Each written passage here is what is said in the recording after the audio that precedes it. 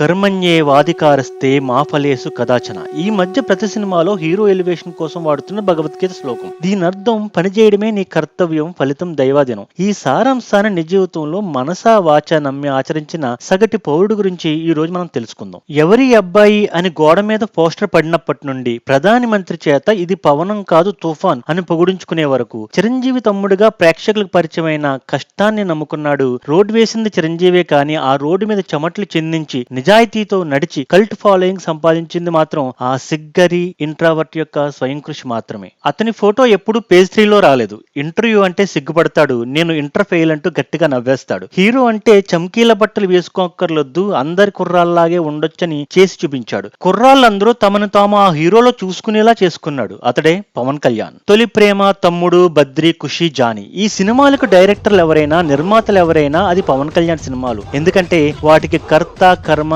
క్రియ అన్ని పవన్ కళ్యాణే. లక్ష్యం అంటూ లేని కుర్రాడు తన అన్న ఆశయాన్ని నిలబెట్టి ట్రావెలింగ్ సోల్జర్ గా మారడం తమ్ముడి కదా. నిజ జీవితంలోనూ పవన్ చేసింది అదే కదా. తనను ఎవరైనా తప్పుగా అనుకుంటే తట్టుకోలేని భావోద్వేగాలకు గురయ్యే బద్రి నిజ జీవితంలోనూ పవన్ కళ్యాణ్ కి జనం పెట్టిన పేరు emotional political star. Real life లోనూ ఒకేలా ఉండడమే కారణం అయ్యుండొచ్చు. పవన్ కళ్యాణ్ నటనలోనూ నడవడికలోనూ నిజాయితీ కొట్టొచ్చినట్టు కనిపిస్తుంది. దాన్ని జనాలు త్వరగానే గుర్తించారు. పవన్ కళ్యాణ్ ఏనాడు డబ్బు వెనక పరిగెట్టలేదు. ఇన్ఫాక్ట్ సొంత డబ్బులే జనం కోసం ఖర్చు పెట్టాడు. 2008లో ఎన్నో ఆశలతో ప్రజారాజ్యం పార్టీ స్టార్ట్ అయింది. దాని వెనుక ఒక సైలెంట్ ఫోర్స్ గా నిలబడ్డాడు పవన్ కళ్యాణ్. కానీ ప్రజారాజ్యం పార్టీ ఫేడ్ అవుట్ అయిపోయింది. పవన్ కళ్యాణ్ మాత్రం ఓటమిని ఒప్పుకోవడానికి సిద్ధంగా లేడు.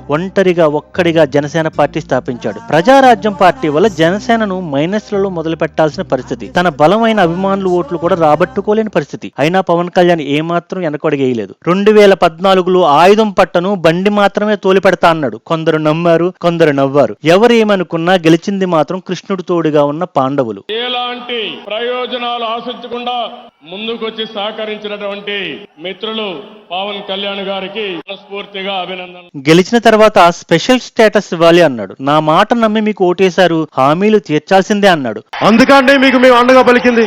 పదవిలో ఉన్న పాండవులకి ఇది నచ్చలేదు. పోయి పని చూసుకో అన్నారు. తిట్టారు, తిట్టించారు, పావలాకు కూడా పనికిరావు అని ఎగతాళి చేశారు. ఆయన ఇంకా పరిపక్వత లేనటువంటి ఒక నాయకుడు. కృష్ణుడు పాండవులకు దూరం అయ్యాడు. 2019లో ప్రత్యర్థులు పీఠం ఎక్కారు. కృష్ణుడు ఒంటరయ్యాడు. 2 చోట్ల ఓడి పలచనయ్యాడు. చుట్టూ ఉన్న నాయకులు ఉండేల దెబ్బకు భయపడ్డ పక్షిల్లా తలో దిక్కుకు ఎగిరిపోయారు. కృష్ణుడి కథ మళ్లీ మొదటికొచ్చింది. అప్పుడు అర్థమైంది ఈ కురుక్షేత్రంలో కర్తవ్యం ఒకటే సరిపోదని, రాజకీయం లాగే చెయ్యాలని, వ్యూహం కావాలి అని. తన అనుకున్న మంచి చేయడానికి, ప్రత్యర్థుల స్వార్థం నుండి రాష్ట్రాన్ని కాపాడడానికి ముందు ఏదో రకంగా గెలవాలి అని. కానీ అదంత తేలిక కాదు. అడుగడుగున ఆటంకాలు మొదలయ్యాయి. వృత్తి మీద దెబ్బ కొట్టారు. జనాల్లోకి వెళ్లకుండా హౌస్ అరెస్టులు చేశారు. కృష్ణుడు బెదర్లేదు. నెమ్మదిగా పావులు కదపడం స్టార్ట్ చేశాడు. పాండవులను ఏకం చేయడానికి ఎంతో శ్రమించాడు. ఒకరి మీద ఒకరు కత్తులు దూసుకున్న వారిని కలపడం అంత ఈజీ కాదు కదా. పైగా రాష్ట్రంలో అధికార పక్షం, కేంద్రంలో అధికార పక్షంతో తెర వెనక స్నేహం చేస్తూనే ఉంది. ఈ పరిస్థితుల్లో ఒకే ఒక్క సీటు గెలుచుకున్న పార్టీతో ఎవరు మాత్రం ఎందుకు పొత్తు పెట్టుకుంటారు? పవన్ పాచికలు పారతాయా?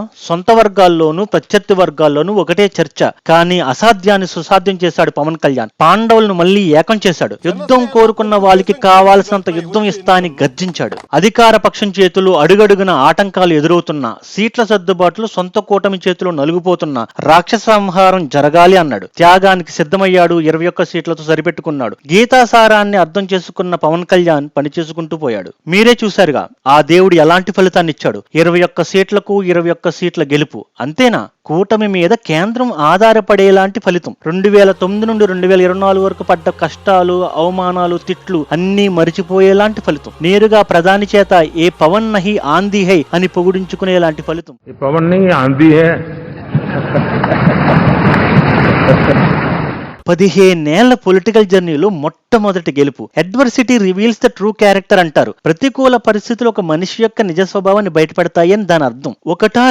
15 ఏళ్ల పాటు పవన్ కళ్యాణ్కి అంతా ప్రతికూల పరిస్థితులే. ఈ టైంలోనే పవన్ కళ్యాణ్ తాలూకు గొప్పతనం ప్రజలు అర్థం చేసుకోవడం జరిగింది. పరీక్షించి చివరికి అతనికి పూర్తి స్థాయి విజయం కట్టబెట్టారు. అంత బలమైన క్యారెక్టర్ ను పవన్ కళ్యాణ్ ఎలా నిర్మించుకున్నాడు అనేది అతని స్పీచెస్ ఫాలో అయ్యే వాళ్ళకి బాగా తెలుసు. కానీ అన్నిటికంటే చాలా పెద్ద మజిల్ ఆఫ్ కరేజ్. కండలు పెంచొచ్చు కానీ ధైర్యాన్ని ఎలా పెంచుతాం?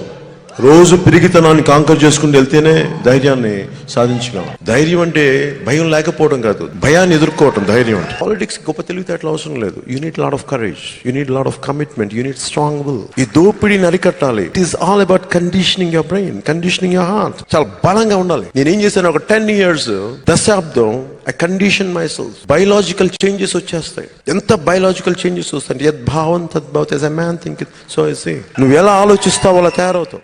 ఇవ్వండి గ్లోబల్ గిరీశం మాటల్లో పవన్ కళ్యాణ్ జర్నీ. మీకు మా ఈ వీడియో నచ్చితే లైక్ చేయండి, షేర్ చేయండి, మా ఛానల్ ను సబ్స్క్రైబ్ చేసుకోండి. గ్లోబల్ గిరీశం విషింగ్ జనసేన అని Pawan Kalyan a very happy birthday.